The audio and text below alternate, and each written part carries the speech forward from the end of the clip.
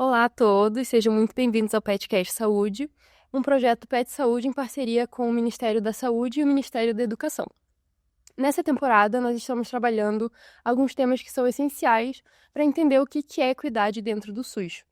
Então, no episódio de hoje, a gente vai falar um pouco sobre um tema que ele passa um pouco despercebido, mas que ele é essencial na vida das trabalhadoras e dos trabalhadores, que é as microagressões. Para isso, a gente trouxe a psicóloga Carla Lossi para conversar com a gente hoje. Muito obrigada por ter participado, bem-vinda. Obrigada, gente, pelo convite. Se você pudesse apresentar um pouco para a gente, falar um pouco de você. Tá certo. Bom, queria primeiro agradecer pelo convite, né? Todos os temas em saúde mental são muito importantes, então é muito importante também para a psicologia estar aqui, né, e participar. Eu sou a Carla Lossi Mendes, eu atuo como psicóloga clínica já há muitos anos, mas eu também trabalho com direitos humanos, né? Trabalhei tanto na coordenação de direitos humanos do próprio Conselho aqui Regional de Psicologia do Paraná, né, então a gente vai trabalhando, porque direitos humanos e psicologia são insociáveis, né, quem trabalha com psicologia, trabalha com equidade, trabalha com empatia, né. Então para mim é muito rico falar, desse tema. Atualmente eu estou mais direcionada para a área clínica, eu trabalho então com pacientes com dor crônica em especial, também trabalho com experiências um pouco atípicas, como ouvir vozes, né, a gente diz atípicas porque não são tão faladas, mas são bem comuns, né.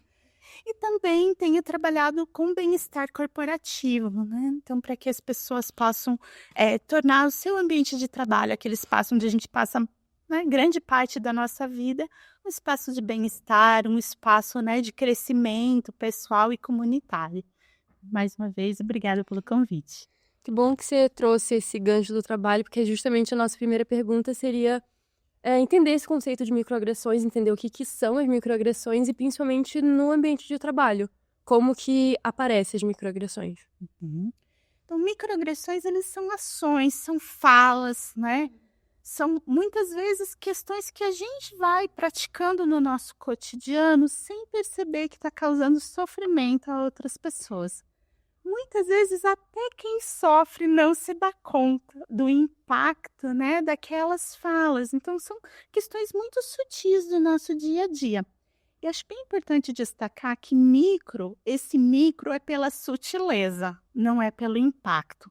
A gente tem estudos, né, que mostram a gravidade, né, dessas ações. Eu vou dar alguns exemplos para ficar um pouquinho mais fácil de entender, né, o que são essas microagressões. Mas tem estudos que mostram esse impacto no cotidiano, né, esse impacto sobre as pessoas e que leva, sim, né, pode levar a um estresse crônico, pode levar a desenvolvimento, né, de sofrimentos mentais, né, mais intensos e que precisam ser falados, precisam ser discutidos. Então, vamos lá, microagressões foi um termo, ele foi fundado por um psicólogo que era professor de Harvard lá na década de 70, para se referir àquelas expressões, aquelas atitudes, e às vezes não é só verbal, né, que a gente tem em relação a características de outras pessoas, em relação a comunidades, então, comunidades minorizadas que a gente chama, né, não por ser minorias, mas porque a gente tem estereótipos sociais. Então, por exemplo, ah, a gente sabe hoje, fala bastante da gordofobia, né, que é um termo um pouquinho mais técnico, mas que é aquele estereótipo que a gente tem em relação às pessoas que estão visivelmente acima do peso. E aí eu encontro essa pessoa e falo: "Nossa, você é tão bonita de rosto". Quando eu estou dizendo para a pessoa: "Você é tão bonita de rosto", estou implicando que o corpo dela não está aceito por um padrão ou não é aceitável. Isso pode parecer, muitas vezes não é intencional, eu não tive a intenção de machucar, eu tive a intenção de elogiar, eu não estava querendo agredir a pessoa, né, então nem sempre é intencional, mas muitas vezes a pessoa já ouviu aquela expressão muitas e muitas vezes, e isso vai prejudicando a autoestima dela, vai fazendo com que ela não se sinta adequada e vai atacando algo que é a existência dela, né, afinal a gente só existe por um corpo. Então, esse acúmulo de expressões, esse acúmulo, né, que vai sendo, eu escuto essa expressão aqui, eu escuto ali, ou então, né, em relação às identidades, né, de gênero, ou as orientações afetivas ou homoafetivas. Então, nossa, você nem parece uma pessoa homossexual. Gente, o que é parecer uma pessoa homossexual? Se a gente parar para pensar. Quando eu digo que tem um parecer, né, isso eu estou implicando estereótipos, estou implicando características, né, que não necessariamente elas existem. Ou melhor, não existe um padrão. Então, as microagressões, elas são essas conduções que a gente tem, essas condutas que sim machucam, que sim podem, né, e trazem sofrimento mental no seu acúmulo e que a gente precisa cuidar. E o ambiente de trabalho, eu comecei falando que a gente vive boa parte da nossa vida nele, né? E ali a gente tem uma convivência com muita diversidade. Então, no ambiente de trabalho, a gente precisa cuidar para que essas microagressões elas não estejam presentes, né? Elas não sejam ali cotidianas, porque senão a gente vai tendo conflitos no trabalho, a gente vai tendo a pessoa se sentindo mal em relação, né, ao colega, se distanciando. Então, nossa, eu tenho um projeto conjunto, mas eu já não tenho tanta vontade de estar com aquele colega que diz que eu sou bonita de rosto, que eu não me sinto recebida, que eu não me sinto acolhida. Então, é importante que a gente cuide sim, porque pode impactar as condições de trabalho, mas mais que isso, com certeza impacta a saúde mental das pessoas, né? Então, é bem importante que a gente cuide. Com certeza. E trazendo a pauta da interseccionalidade, a gente também quer abordar como que o racismo, a orientação sexual, a classe da pessoa pode interferir nos desafios encontrados, né, no meio de trabalho. Sim, a interseccionalidade ela é super importante quando a gente fala de microagressões. Então, um outro exemplo para ficar, né, mais nítido do que a gente está falando, muitas vezes chega um profissional de saúde, um médico, vamos supor, negro ou uma médica negra, para atender as pessoas e a pessoa pergunta: cadê o médico? Supondo, porque é uma questão muito estrutural, o racismo é muito estrutural na nossa sociedade. E ainda bem que a gente tem conseguido nominar e dizer isso é um ato racista, né? Essa é uma fala racista, que a gente tem conseguido compreender e discutir isso, né? Então, o que a gente vai fazer em relação, né, à interseccionalidade? As microagressões, elas são direcionadas, em sua maioria, por questões de gênero. Então, mulheres não são tão percebidas como competentes ou como capazes quanto os homens, porque, né, a gente ainda tem essa questão cultural. As pessoas negras não têm o seu valor reconhecido, muitas vezes, né? As identidades, então, de gênero, né? As pessoas trans passam por muitas questões de reconhecimento. E o que a gente pode fazer em relação a isso? A gente precisa falar sobre isso. A gente precisa primeiro entender que muitas vezes não é intencional. Sim, muitas vezes pode ser. E aí quando é intencional, a gente precisa tratar como é a questão do racismo, da LGBTfobia, são hoje consideradas questões de crime. E a gente precisa dar esse nome e a gente precisa tomar medidas legais. Mas esses são extremos. No cotidiano, a maioria das vezes não é intencional. Dizer que não é intencional não significa reduzir o impacto dessas ações, porque a gente precisa sim falar sobre isso. Precisa conversar tanto com a pessoa que está cometendo ou retendo aquelas falas, quanto a gente precisa conversar em equipe. Precisa entender, né? Conversar com os colegas, dizer como se sente, mas para que isso seja possível, a gente precisa criar ambientes acolhedores para que a pessoa possa se expressar.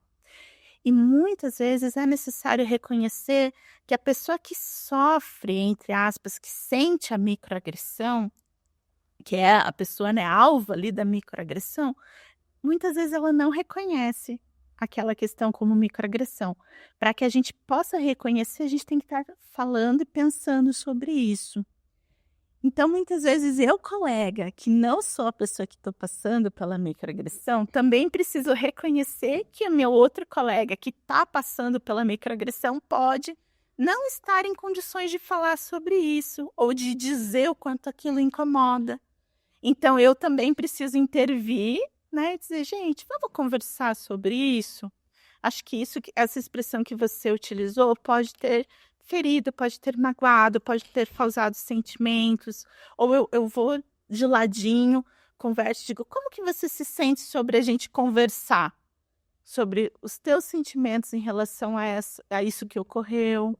Eu converso com a comunidade, né, usuários dos serviços de saúde, sobretudo, né, muitas vezes chegam sofrendo, com dor, com pressa. O tempo da urgência de cada pessoa é diferente do nosso tempo. Eu sou profissional de saúde, sei que muitas vezes a gente tem, né, uma fila de pessoas para atender, muitas vezes a gente prioriza por urgência, mas, gente, para quem está sentindo a sua dor é a mais urgente do mundo. E isso é natural, porque a gente só pode ver o nosso próprio mundo, a gente não consegue viver no mundo do outro. Então, quando a gente consegue conversar com a comunidade, falar sobre isso, né? Muitas vezes estabelecer programas para discutir branquitude. Racismo tem sido muito discutido, mas nós, né? Posso falar eu sou uma pessoa branca. Como nós temos conversado sobre como as nossas atitudes ferem as pessoas negras? Será que nós temos falado sobre isso? Será que nós temos pensado sobre os lugares de privilégio, né? Sabe, eu vou abrir um parênteses rapidinho para falar sobre privilégio, porque eu aprendi uma coisa muito importante. Eu não entendia o que era privilégio. E eu li um livro que se chama Por que eu não falo mais sobre racismo com pessoas brancas? E nesse livro ele diz, privilégio não é algo que a gente tem, as pessoas brancas têm. Eu, por exemplo, sou uma pessoa branca de origem humilde, de origem pobre. Privilégio é algo que eu não tenho. O que eu não tenho? Eu não tenho segurança atrás de mim no shopping. Eu não tenho um julgamento a respeito das minhas capacidades só pelo como eu me apresento. Então, isso sim é um enorme privilégio. Não ter isso faz muita diferença na minha vida e me coloca sim numa posição de privilégio.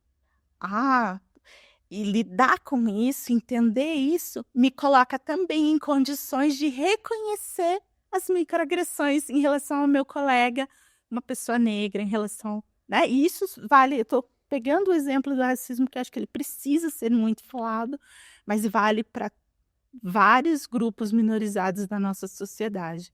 Quando eu percebo o meu privilégio, eu consigo perceber o que talvez cause sofrimento para o meu colega e vou poder conversar e agir sobre esse sofrimento e também evitar, né? Evitar de ser a causa desse sofrimento. Então, conversar, poder falar e criar ambientes acolhedores que possam receber, sem que a gente precise ficar na defensiva, né? Sem que a gente precise dizer, mas eu não quis magoar, eu não quis ferir. Não, tudo bem, gente. A gente sabe que você não quis.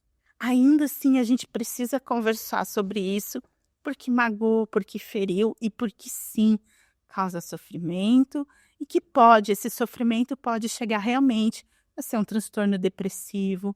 Esse sofrimento pode se caracterizar sim como um transtorno da ansiedade. Então, prevenir saúde mental, ela não é individual, saúde mental é coletiva. Todas nós, juntas e juntos, é que vamos cuidar da saúde mental nossa e dos outros. Então, interseccionalidade é importante, né? Mas a gente precisa reconhecer em que lugar a gente está, tanto como, né, causador de sofrimento, como, né, uma pessoa que passa por sofrimentos, para a gente resolver em conjunto, em comunidade, em sociedade isso. Bom, perfeito. Tudo isso que você disse, acho que respondeu todas essas questões. Eu acho que trouxe essa questão da pressão que tem a mulher que trabalha no ambiente de saúde. Eu acho que fechou muito bem todo esse tema. Então, para finalizar, a gente tem só uma pergunta do público, que foi mandado para a gente. Inclusive, se você tem uma pergunta que você gostaria de fazer, você pode mandar pelo nosso Instagram ou pelo nosso e-mail. A gente tem também um questionário aberto, onde você tem um canal aberto para responder, para fazer perguntas que podem ser respondidas pela gente. Então, uma pessoa que ela preferiu não se identificar, ela perguntou Se existem políticas públicas em desenvolvimento para prevenção e trabalhos de ação referentes à coação da população para os profissionais de saúde na ponta do trabalho. Uhum. Bom, hoje a gente tem algumas políticas públicas, né? A gente vem discutindo. A gente tem algumas políticas públicas que não são necessariamente específicas da área da saúde, mas que vão falar de saúde mental nas empresas, né? A gente tem uma norma reguladora, a NR1, que tem avaliado riscos psicossociais nas empresas. Essa avaliação também passa por identificar essas microagressões no ambiente de trabalho e por estabelecer coletivamente estratégias para minorizar esses impactos, para conversar, né? A própria política de saúde, quando a gente pensa no Sistema Único de Saúde, as suas bases, elas já remetem a um combate a essas microagressões, né? Elas falam sobre equidade, ela fala sobre a universalidade do acesso, ela tem a política de saúde pública no Brasil já é uma política por si só que estabelece, né, por meio dessa diversidade, essa compreensão de que todas as pessoas, né, devem ter acesso à saúde mental, todas as pessoas devem poder estar naquele ambiente com acolhimento, né? Agora, é claro que precisa reconhecer, a gente estava falando sobre as pessoas que chegam sempre em busca da saúde, como elas estão num lugar de sofrimento. E muitas vezes, né, a gente precisa reconhecer também que a gente tem uma sobrecarga de trabalho. É importante que as próprias pessoas trabalhadoras possam reconhecer isso, né? A gente sabe que, em termos de saúde mental, tudo que não é dito, que não é reconhecido, traz ainda mais prejuízos. Que a gente possa estabelecer estratégias. Conversar com a comunidade é importante. Eu estava falando um pouquinho sobre como a gente prioriza, né, por urgência.